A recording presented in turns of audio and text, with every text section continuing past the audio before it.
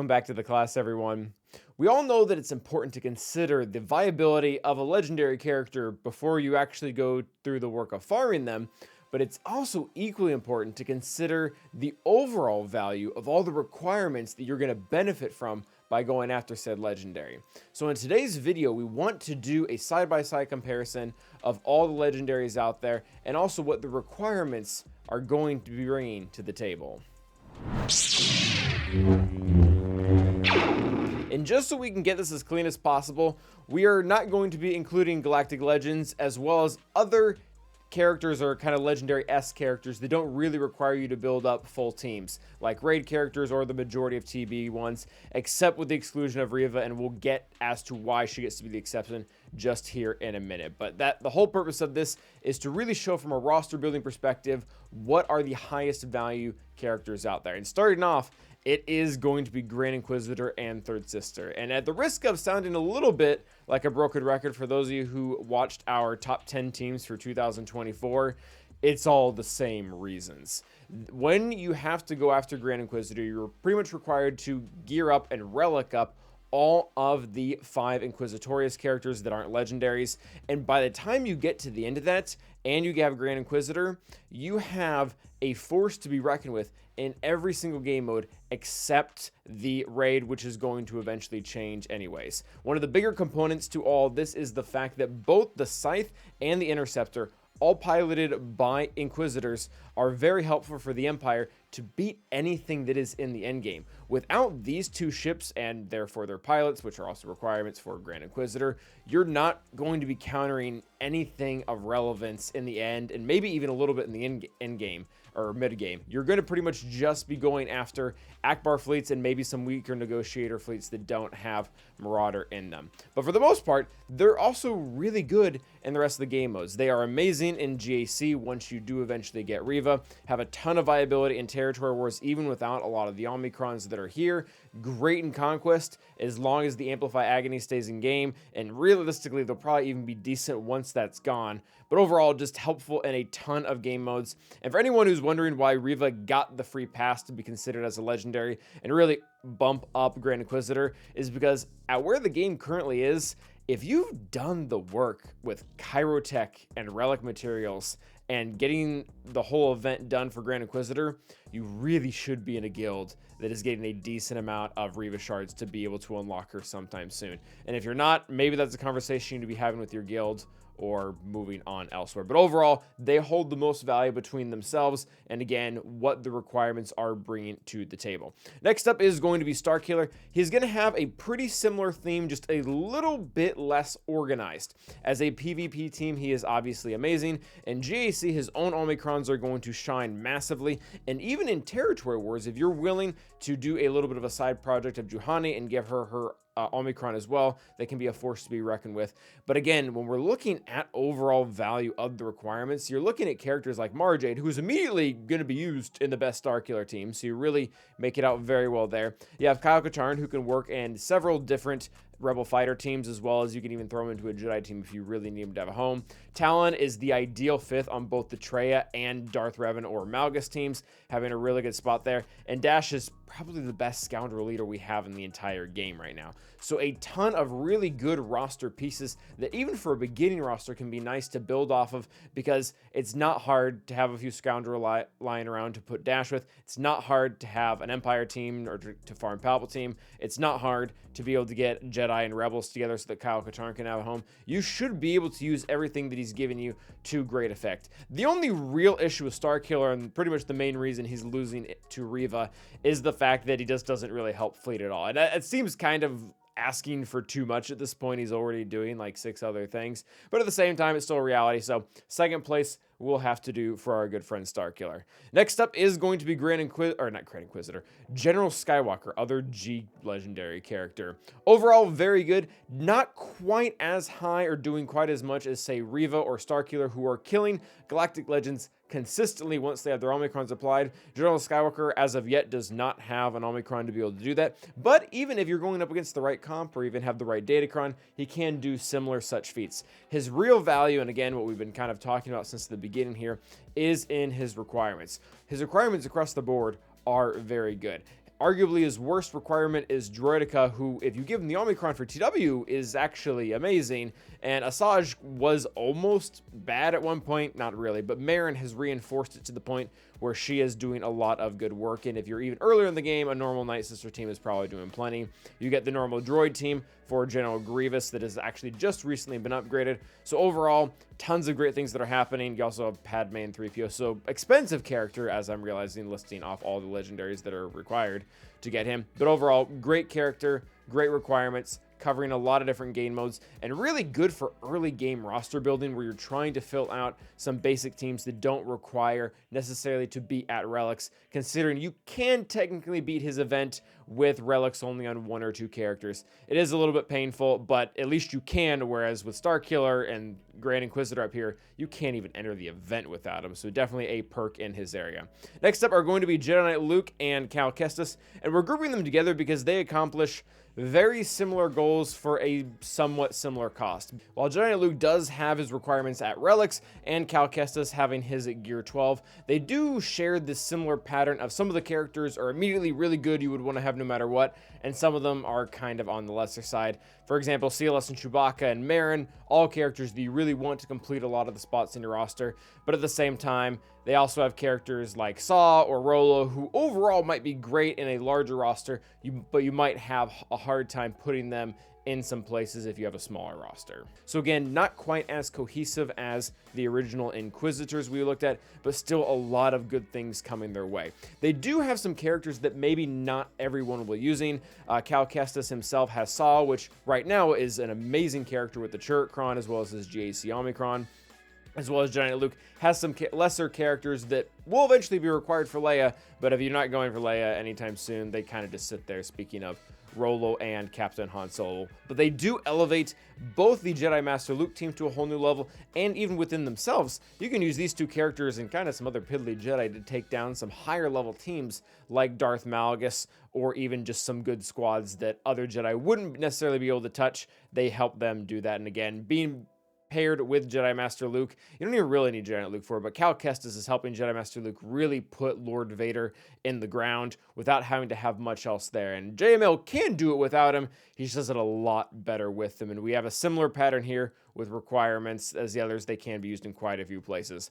Now, next one needs to be taken with a grain of salt because she's not been in the game that long despite having come back 3 times. And she's been in very limited hands that are very endgame, and she has a Datacron right now. She looks really good, beating Lord Vader with very high win rates. Even without the Datacron, we have some statistics for that. But for the most part, it's just kind of a gray area. The one thing I do really like about her from a requirement standpoint, and we'll get to this later on a little bit with Afra as well, most of the requirements that she has are going to be absorbed directly into her team. This is a similar model that we saw with Grand Inquisitor. And the big reason why she's so much lower on the list is because they don't seem as versatile outside of PvP. I'm sure they're able to do some things. But even in addition to that, the only character that isn't in her team that's required for her is Kelleron Beck, an amazing Galactic Republic Jedi that is phenomenal in both GAC and in TW. In GAC, you do have the added cost of having to work up Qui-Gon, but most people already have. And in TW, he's just kind of rocking it as is. The other thing that I really do like about Kelleron Beck is he gives you an out that if you're really not wanting to do GAC Omicrons at all, TW is more your thing, or maybe you just don't really care for it. Kelleron Beck's leadership, even without the TW Omicron in GAC, is pretty good. Next up, we're going to be talking about the Revans. The Darth Revan team seems to have a little bit more value right now, and this is going to be a little bit of a different twist. These guys are doing some amazing things on offense. I know they've been a staple defense for the longest time. In fact, I believe if you go in Kyber and you look up the top defensive team right now, not from a rankings perspective, but from a placement perspective, the most placed defensive team right now is Darth Malgus, with, of course, Darth Revan and Darth Malak underneath him. And that is for good reason. The team is hard to take down.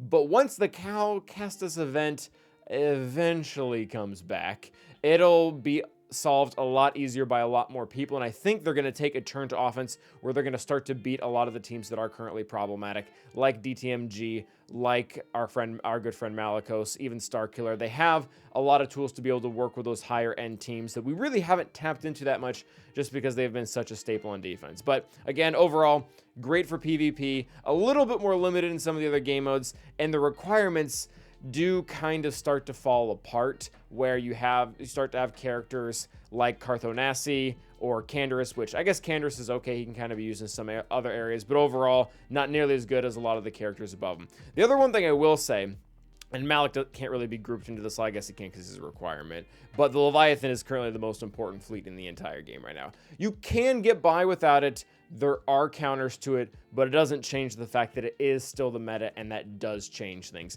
In fact, we're going to be talking about Thrawn's ranking as a legendary later on, and a lot of his hinges on the fact of almost entirely fleet. But Darth Revan is doing more than just fleet, so he is going to be ranked up higher in the list. Next up is going to be Jedi Knight Revan and Grandmaster Yoda.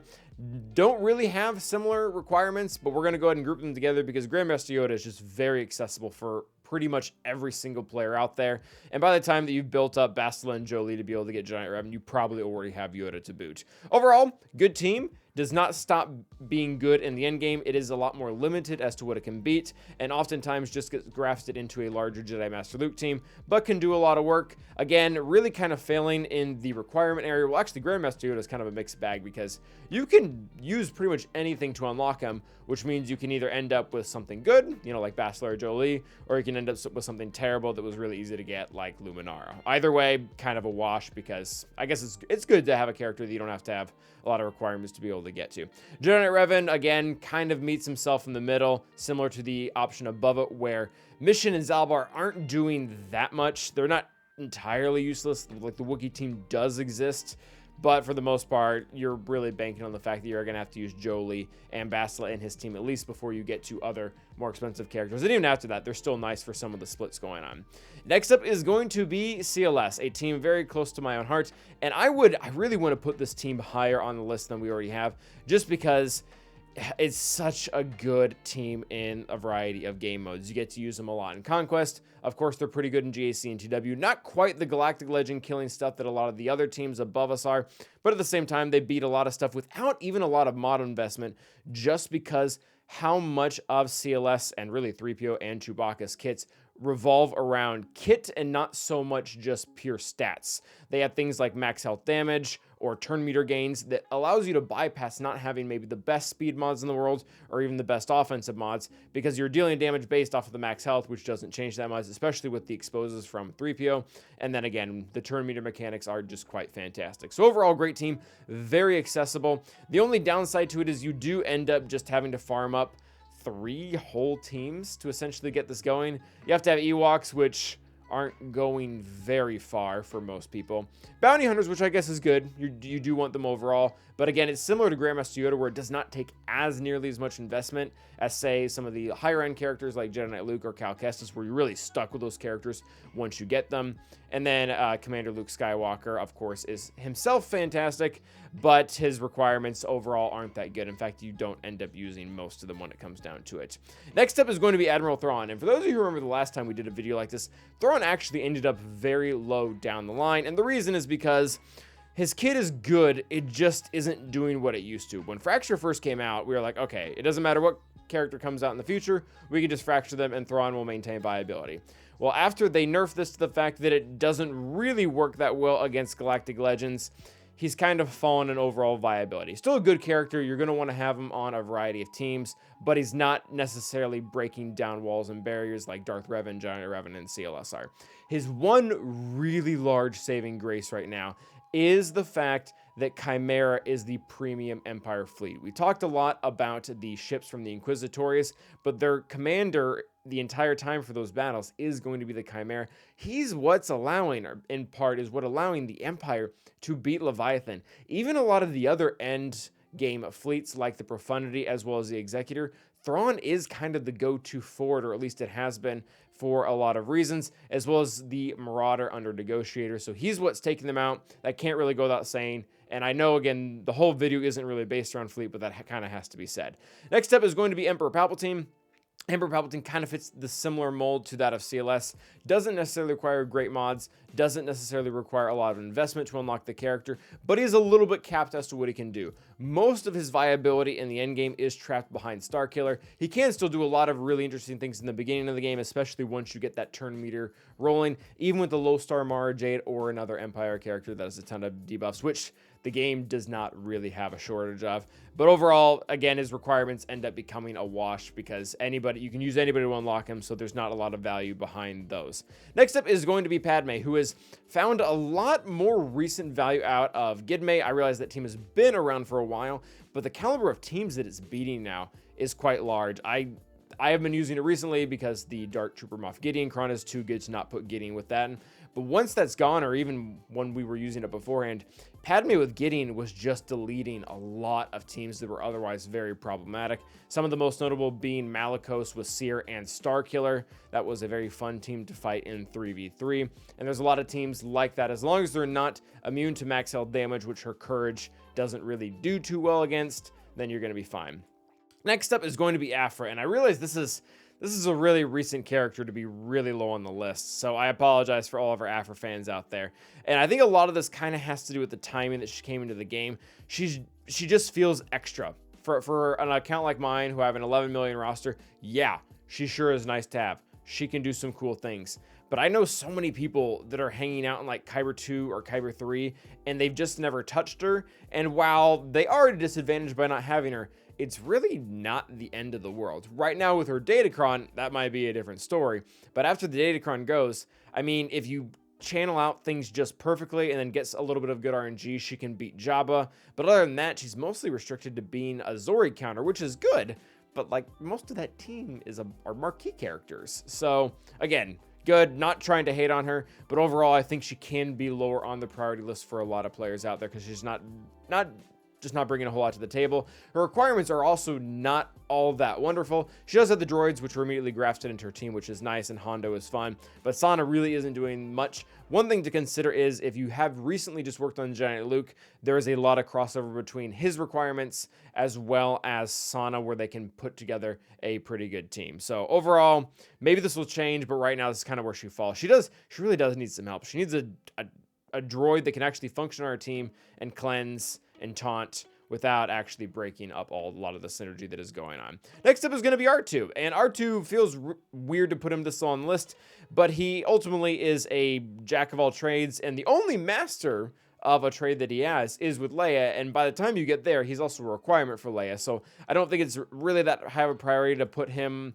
high on the list because he's not doing much unless he's with Leia, who you had to get him to have Leia to begin with, so you can't really pair those two together. And realistically, almost every single character on this list is required for a Galactic Legend or a higher tier character, so it's hard to base it off of that. But yeah, overall, R2's good. He's pretty friendly to the mid game where you can keep shifting him around. You can throw him in a sortie team, you can pull him from that, you can put him in a JTR team, you can pull him from that, put him in a CLS team, pull him from that, put him in a JMK squad. He's kind of fine with anything. He's pretty cool like that. Next up is going to be Bam, a character who has at the same time risen and dropped in viability at the same time. Risen because he's required to get Bo-Katan and is quite good in the team, and fallen just because we have so many better solutions to everything that he used to do. As far as countering Lord Vader, he's not really required to do that with Fennec anymore, and that counter overall has dropped a lot in viability just with the amount of tools that Lord Vader has now. In addition to that, his leadership has almost been entirely replaced by Dash, a character that we previously talked about, one considering Starkiller. So his biggest thing is probably his ship that he's contributing to with Executor. You can't have Executor without him. So very much along the same vein of Thrawn, just, you know, I guess Executor is pretty important. Maybe he should be a little bit higher, but overall, thinking of his character, just not quite there. Next up is going to be JTR, a character that really got the short end of the stick because when Zori came into the game and said she doesn't like UFU tanks that are also resistance, yeah, JTR really didn't win that fight. So overall, she's great in a Rey squad, but again, it's a similar mentality of that of R2, where if you have Rey, you had to get her to be able to unlock it, so you're just going to throw her in that team and then you're going to be fine. You're not really getting a ton of value just by farming her and calling it quits, just because she's not in any ideal resistance team. In fact, she's not really ideal in any team at all that isn't Rey, where she will cause problems versus teams like Starkiller that have a lot of debuffs. And last, and unfortunately for him, least, is going to be BB-8, where, again, we're not trying to hate on the character. Someone has to be last, and he just doesn't do anything. Like, he could disappear from my roster right now, and I would never notice. I realize he has a home with both Sortie as well as kind of Grievous if you're short on droids, but I mean, you can easily replace him. Like another droid can be put with Sortie, it'll be fine. You can put Lobot with Sortie that you had to work up anyways. As far as the Grievous comp goes, Newt was always fine, if not better there, and maybe we just need to stop it overall because of the other new characters that are coming into the game with Grievous to help them out. So overall, that is going to be our ranking. Let me know what you guys think in the comments, and as always, stay awesome.